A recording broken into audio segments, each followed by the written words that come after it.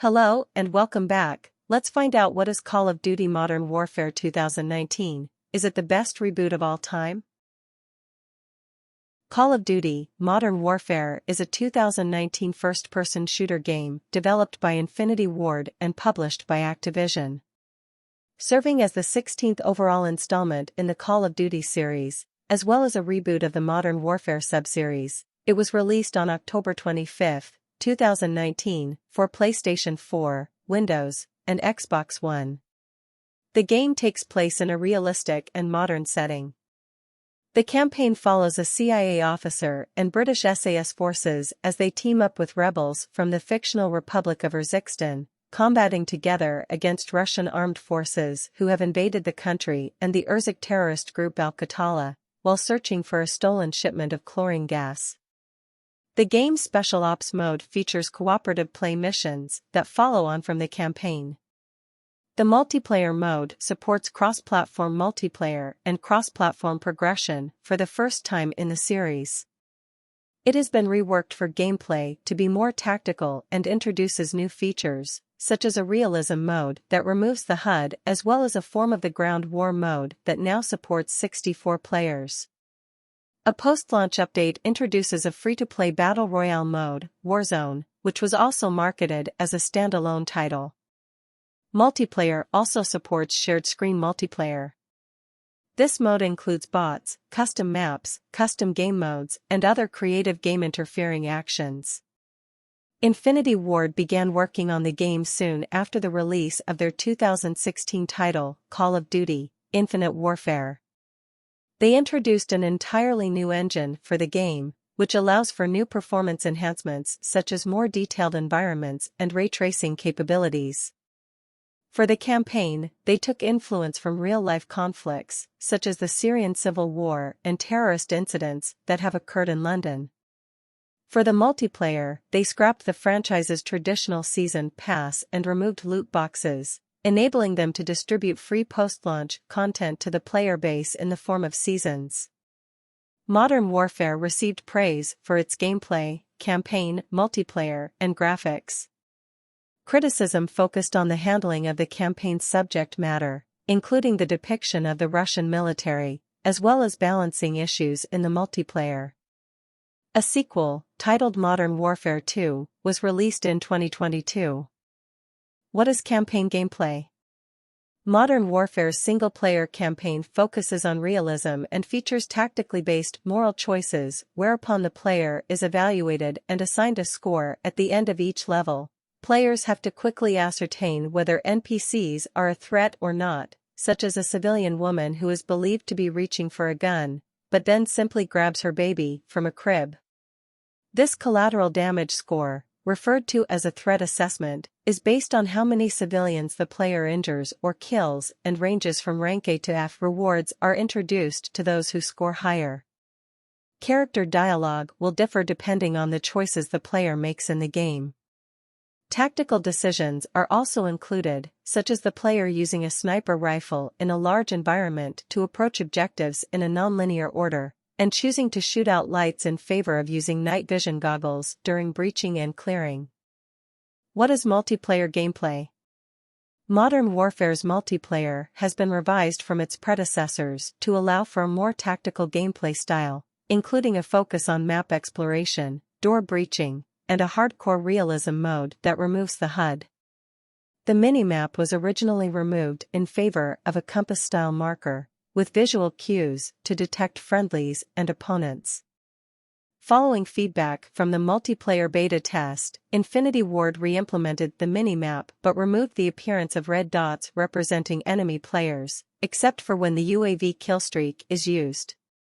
Multiplayer also features the return of killstreaks, rewards based on kills, with more recent Call of Duty titles having used score streaks, rewards based on score, instead.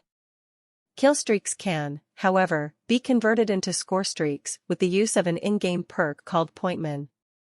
The online modes allow for a larger range of players within a map than previous installments, with a new mode called Ground War featuring over 100 players, while conversely another new mode, Gunfight, tasks two teams of 2 players against each other in small matches lasting 40 seconds per round.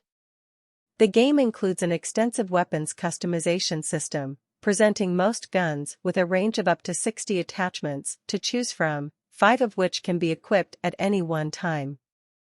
The introduction at the start of multiplayer matches has also been revamped. While in previous titles players would remain motionless on the map as a timer would count down to 0, players will instead be transported into the battle zone as part of various animations. What is Special Ops gameplay? Modern Warfare is the first game in the series since 2013's Call of Duty Ghosts not to feature a zombies mode, instead featuring the cooperative Special Ops mode previously present in Call of Duty Modern Warfare 2 and Call of Duty Modern Warfare 3.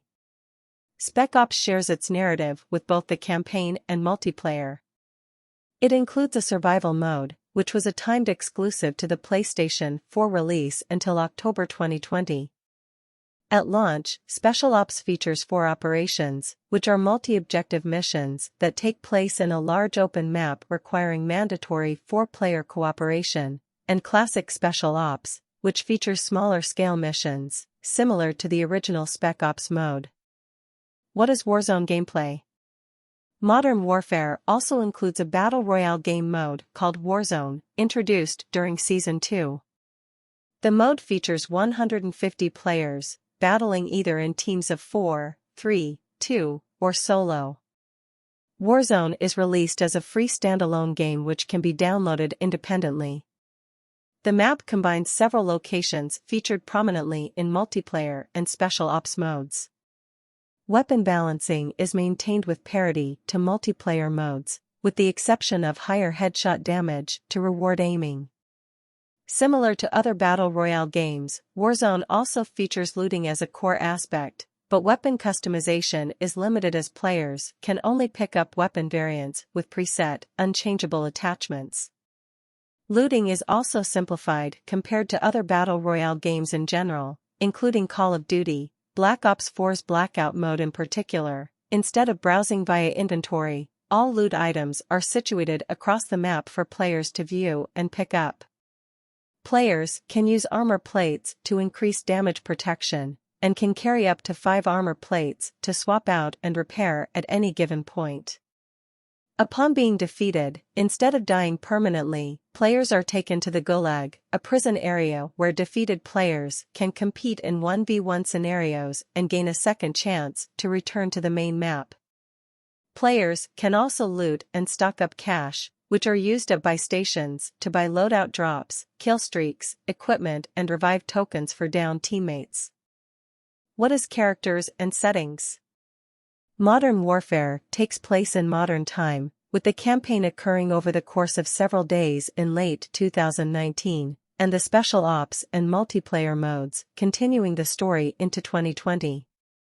The campaign story centers around a rising conflict between Russia and the fictional Republic of Urzikstan, also involving Western military forces.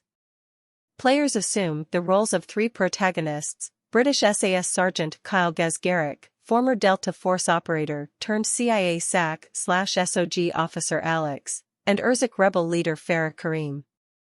The 3 protagonists work together, alongside SAS Captain John Price and CIA Station Chief Kate Laswell.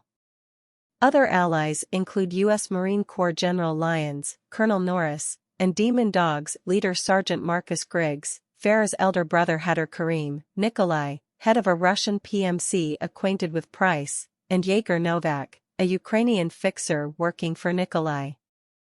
The Allied forces are opposed by the Al-Qatala, an Urzik terrorist organization based in Urzikstan led by Omar the Wolf Suleiman and his right-hand man Jamal the Butcher Rahar, as well as General Roman Barkov, commander of a rogue Russian faction who treats Farah's rebel forces and the Al-Qatala equally as criminals. The Special Ops and multiplayer seasonal story takes place after the events of the campaign, with players taking on the roles of various international operatives working for a joint alliance named the Armistice. The operators are divided into 2 major factions: Coalition, comprising Western forces, and Allegiance, comprising Eastern forces. The armistice's leaders are Captain Price, Laswell, General Lyons, and FSB Sergeant Kamarov. Throughout the story, the operators come into conflict with the Al-Qatala, now under new leadership of Khalid al-Assad, working together with Russian terrorist and arms dealer Viktor Zakhaev. The seasonal story also introduces several new allies in both coalition and allegiance factions, including former CIA agent Mara, Spetsnaz operative Nikto, Task Force 141 recruits Simon Ghost Riley and John Soap McTavish, and Shadow Company mercenaries Marcus Lurch Ortega and Rosalind Rose Helms. What is campaign synopsis? In 2019, during a covert operation in Verdansk, Kastovia to recover shipments of dangerous chemical gas headed for Urzikstan, CIA SAC/SOG officer Alex is intercepted by unknown hostiles who killed a Marine raiders accompanying him and escape with the gas. Alex's handler, CIA Station Chief Kate Laswell, requests the assistance of British SAS Captain John Price in recovering the chemicals and de-escalating the situation with the Russian Federation. A day later, suicide bombers affiliated with the Urzik terrorist organization Al-Qatala attack Piccadilly Circus in London. SAS Sergeant Kyle Gesgaric, alongside a unit of MPSCTSFO officers, is dispatched to contain the situation with the assistance of Price and local police forces. Afterwards, Alex is sent to Urzikstan to meet up with rebel leader Farah Karim. She agrees to join forces in tracking down the chemicals, in exchange for his aid in overthrowing Russian forces led by General Roman Barkov. SAS forces led by Price and Garrick raid an Al-Qatala-occupied townhouse in London, where they learn the location of their leader, Omar the Wolf Suleiman. Alex, accompanied by Sergeant Marcus Griggs and the Demon Dogs, move on Mirmaza Hospital in Urzikstan and capture the Wolf. Later, the Wolf's right-hand man, Jamal the Butcher Rahar, launches an attack on the United States Embassy in Urzikstan in an attempt to free the Wolf. Price, Garrick, Alex, and Farah work together to secure the Wolf, but ultimately fail. Farah then plans to ambush the Wolf's men in the Highway of Death in Urzikstan. The plan fails when Barkov's soldiers attack both the rebel forces and Al-Qatala militants. Farah's brother and second-in-command, Hatter, is revealed to be the thief who stole the chemical shipment. In an attempt to drive off the hostile forces, Hatter sets off the chemicals in the area, killing all of Barkov's men and Al-Qatala forces, with Farah and Alex narrowly escaping death. In 1999, Farah and Hatter were left orphaned during Barkov's attack of Urzikstan. The two attempted to escape the country, but were captured by Barkov and his forces and imprisoned for the next 10 years. While in captivity, Farah rose to the rank of commander of the rebel forces, and eventually executed a breakout from Barkov's prison camp with the help of a young Price. In the present day, Hatter has seemingly joined forces with Al-Qatala, forcing Farah and Price's team to act. They infiltrate the Wolf's hidden base and kill him, though fail to locate Hatter. With the gas still at large, the U.S. government declares Farah's army a terrorist threat. Disgusted, Alex stays in Urzikstan to fight as part of Farah's army. Following intel on a possible attack in the Russian Federation orchestrated by Hatter, Price and Garrick head to St. Petersburg and meet up with Price's old contact, Nikolai. They intercept an Al-Qatala meeting and apprehend the Butcher. As the Butcher refuses to give in to interrogation, Price resorts to using his family, forcing him to comply. Garrick is then given the choice to either execute the Butcher or let him live. They learn that Hatter plans to attack Barkov at his estate in Borsy, Moldova, and proceed to intercept him. At the estate, the two learn from Hatter of the location of Barkov's toxic gas factory in Borjomi, Georgia, before escaping. Laswell arrives and informs Price that Russia demands Hatter be handed over to them. Price begrudgingly complies, on the condition that they keep the intel on the gas factory. Price and Garrick meet up with Farah and Alex at Urzikstan and plan an attack on the factory, knowing that an extraterritorial attack will more than likely be viewed as being perpetrated by Al-Qatala rather than the rebel forces. With assistance from Laswell, the team advances on the factory and attempts to use explosives provided by Nikolai to demolish it. However, the detonator is damaged in the fight, and Alex volunteers to set up the explosives manually, seemingly sacrificing his own life. As Barkov attempts to escape the facility by helicopter, Farah ambushes and takes him out. Farah's forces and Price's team evacuate as the factory is destroyed. With Barkov dead and disowned by the Russian Federation, Price meets with Laswell to discuss the creation of Task Force 141 in preparation against the Russian terrorist, Viktor Zakhaev. Price reviews the files of potential recruits with Laswell, Garrick, John Soap McTavish, and Simon Ghost Riley. What is Special Ops synopsis? Following the death of the Wolf, Al-Qatala re-emerges with a new leader, who poses a dangerous threat to Russian forces in Verdansk. Laswell, alongside Sergeant Kamarov of the FSB, authorizes a joint operation, enlisting many of the world's best operators in fighting against the new unidentified threat. The joint faction, named the Armistice, takes on various Al-Qatala operations in Verdansk, taking out several key figures within the organization: Al-Malik, the landlord, El Traficante, the smuggler, and AQ's head of financial operations, the banker.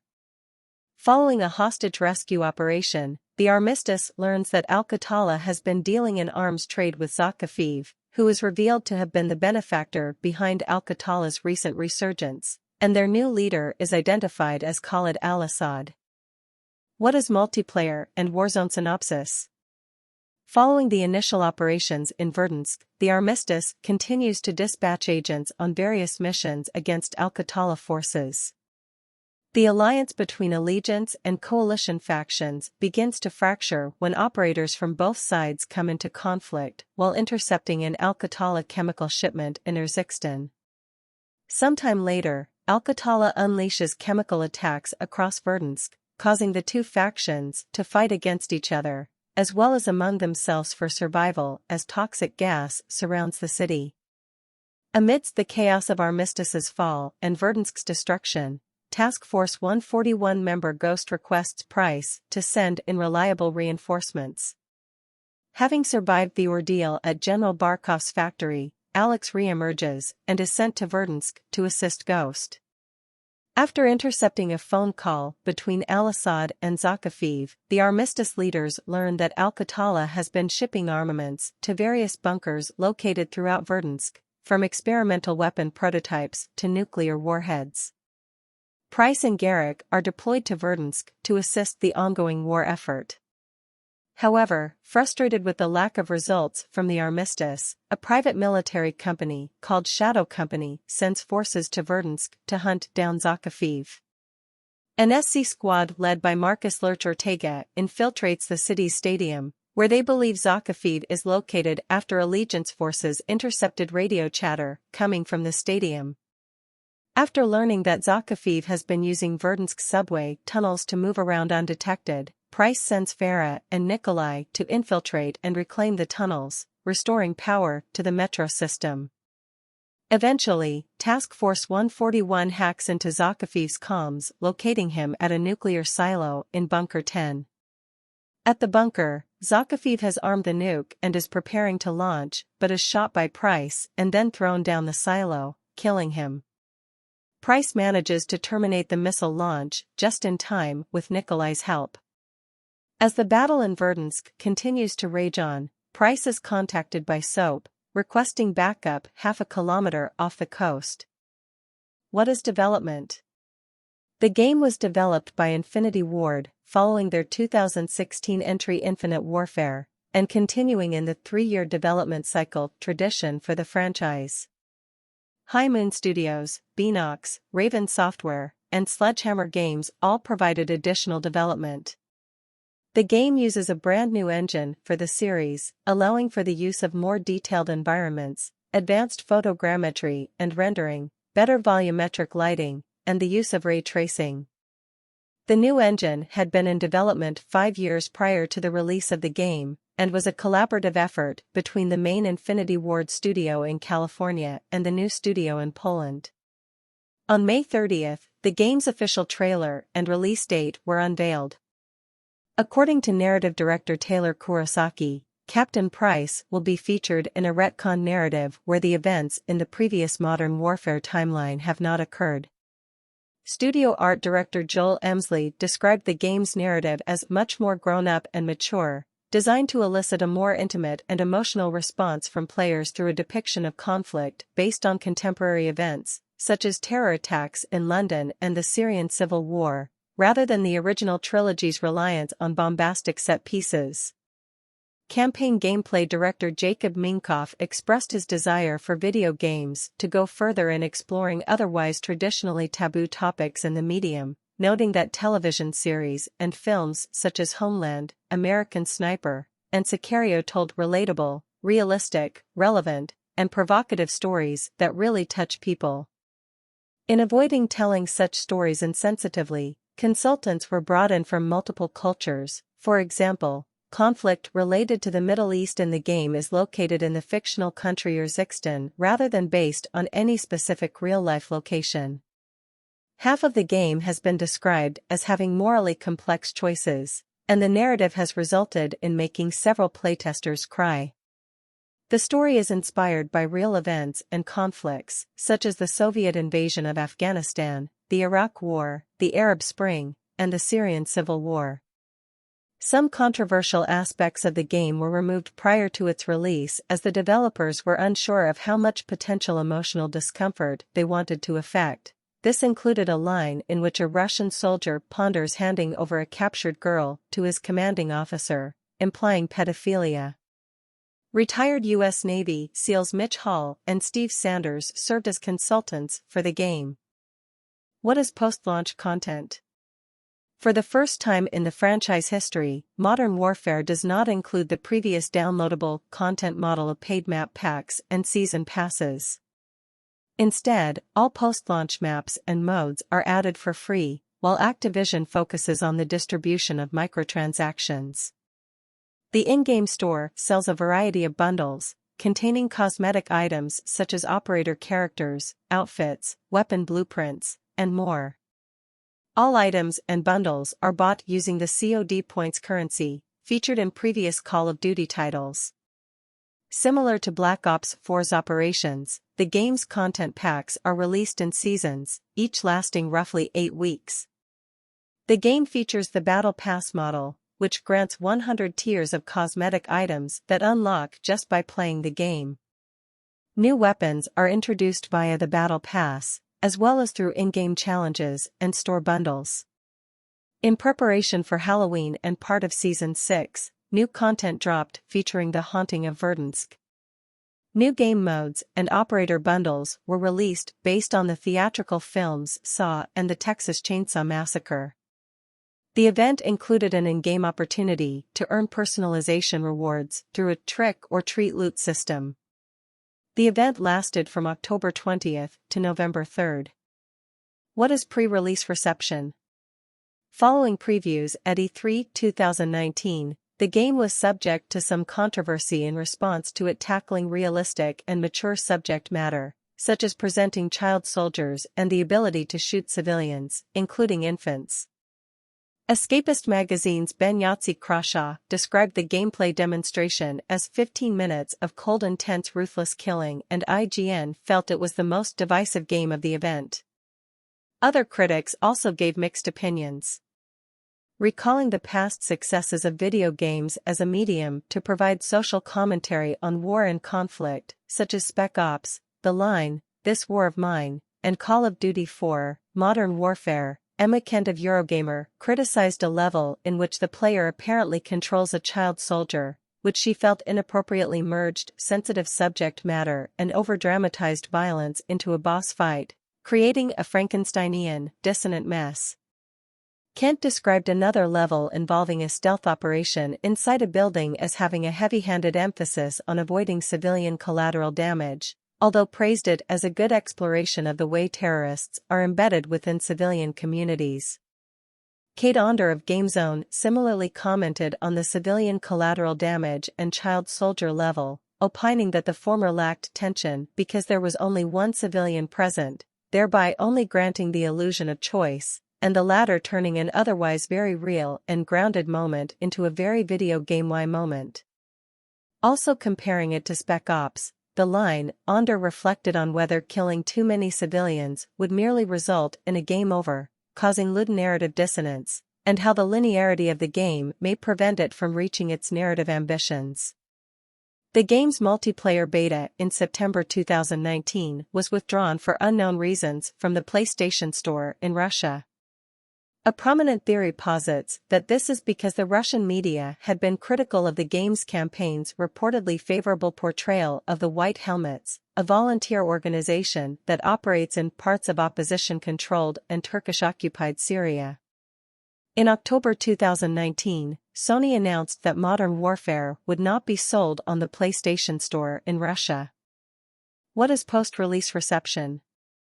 Call of Duty: Modern Warfare received generally favorable reviews on all platforms according to review aggregator site Metacritic.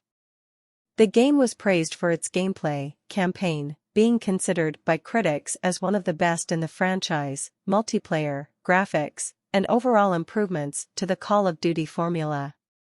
However, the campaign received some criticism for aspects in the handling of its subject matter, as well as minor balancing issues with some of the online modes. What is sales? Modern Warfare earned over $600 million within its first 3 days of release, making it the highest-selling game in the franchise during the current console generation and breaking several sales records, including the best digital opening in Activision's history, the most digital copies sold for a game in 3 days on PlayStation 4, and the best Call of Duty launch on PC. In Japan, it was released in the top 20 video games chart with 117,670 copies sold in the first week. On December 18, 2019, Activision confirmed Call of Duty: Modern Warfare had earned over $1 billion in revenue, and by September 2020, the game had surpassed more than 30 million copies sold across various platforms. What is controversies? Modern Warfare has been criticized for its inclusion of white phosphorus strikes as a kill streak in the multiplayer. Use of white phosphorus as an incendiary agent is regulated by international law. The provisions of the Convention on Certain Conventional Weapons, specifically the Protocol on Incendiary Weapons, prohibit the use of incendiary weapons against or near civilian areas. In a statement to IGN, former U.S. Marine John Phipps criticized the game for failing to realistically portray the effects of the substance, saying, "I find Modern Warfare's use as a kill streak reward a nearsighted glorification of what myself and others consider to be a violation of the laws of armed conflict." Contrary to their overall goals towards realism in its campaign, the multiplayer mode in COD doesn't depict the effect white phosphorus has on the human body in any kind of realistic way. I don't object to things like WP being examined in games, so long as we depict them as they truly are. In her review of the game, Callie Plagg of GameSpot made note of the inclusion of white phosphorus as a kill streak reward in multiplayer and included it in her list of the game's negative aspects, adding that it goes against everything the campaign stands for. The game's user score on Metacritic became the subject of review bombing by those who were angered by the campaign's depiction of the Russian military and accused developers Infinity Ward of being Russophobic. The user score for the PlayStation 4 version dropped to 3.0 out of 10, while the user score for the Windows version dropped to 2.4 out of 10. Sony Interactive Entertainment decided not to sell the game on the PlayStation Store in Russia. Criticism by players focused on a certain level in the campaign, in which it is revealed that Russian forces previously carried out an attack on an area dubbed the Highway of Death, killing many civilians who had been departing a town that was under siege.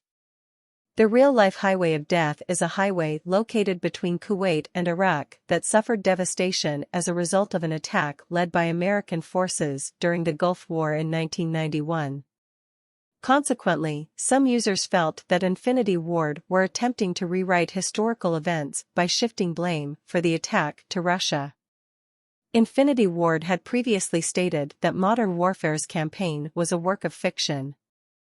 In addition, they highlighted how in the game's cooperative Special Ops mode, which acts as a sequel to the campaign story, the playable character and their group eventually ally with Russian forces for one of the missions. However, narrative director Taylor Kurosaki had previously noted that the story was inspired by real events and conflicts, including the Soviet-Afghan War and conflicts in the Middle East. Additional complaints targeted a flashback level in the campaign which saw Farah Karim, one of the protagonists, inspired by female Kurdish fighters who battled Islamic State in northern Syria, have her home invaded by a Russian soldier when she was a child, with her subsequently disarming and killing the soldier. The level's display at E3 2019 drew particular criticism from Polygon's Charlie Hall, who retrospectively labeled the Russian killed as a grotesque caricature.